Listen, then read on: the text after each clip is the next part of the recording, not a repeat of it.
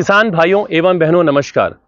पिछले वीडियो में हम लोगों ने बात की थी कि खेत की नरवाई को जलाना नहीं है, पर अगर खेत की नरवाई को जलाना नहीं है तो हम इस नरवाई का करें क्या? क्योंकि अगर खेत में हमारी नरवाई खड़ी है या भूसा पड़ा हुआ है तो हमारा खेत साफ नहीं है, और साफ खेत अगर नहीं होगा तो हम बोनी कैसे करेंगे। पर इसका बहुत अच्छा उपाय है।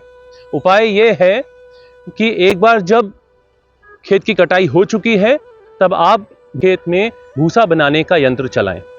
आजकल व्यवस्था ये भी है कि हार्वेस्टर के साथ में ही ये भूसा बनाने का यंत्र काम करता है, और एक तरफ खेत में कटाई होती चली जाती है तो दूसरी तरफ भूसा भी बनता हुआ चला जाता है।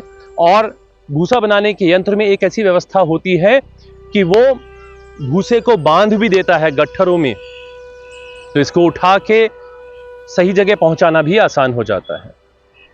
अब रोटावेटर चलाएं। रोटावेटर चलाने से जो बचा खुचा आपका नरवाई है वो भी खेत में मिल जाएगा।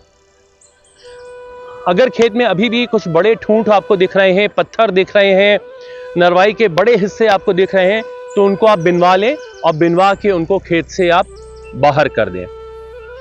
इसके बाद खेत में प्रति एकड़ की दर से 200 लीटर पानी में 10 से 12 किलो यूरिया मिलाकर छिड़काव करा दें।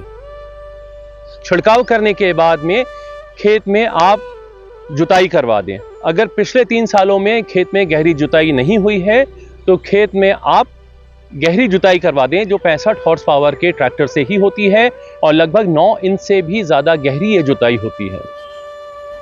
इसके उपरांत जो यूरिया आपके खेत में उतरेगा वो यूरिया खेत में जो सूक्ष्म जीव हैं उनको सक्रिय कर देगा, और जब ये सक्रिय हो जाएंगे तो आप देखेंगे कि जितना भी भूसा खेत में गया है वो धीमे धीमे खाद में तब्दील हो जाएगा, बदल जाएगा, और इस खाद का सदुपयोग अगली फसल में होगा।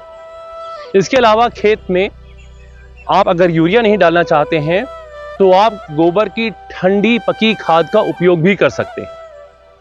इसके अतिरिक्त डिकम्पोजर का उपयोग भी आप खेत में कर सकते हैं, जिसकी मदद से आप खाद बना सकते हैं और अपनी नरवाई का आप सदुपयोग कर सकते हैं, उसका आप अच्छा प्रबंधन कर सकते हैं। तो किसान भाइयों एवं बहनों, आप लोगों को आशा है ये वीडियो पसंद आया होगा। बहुत बहुत धन्यवाद। नमस्कार।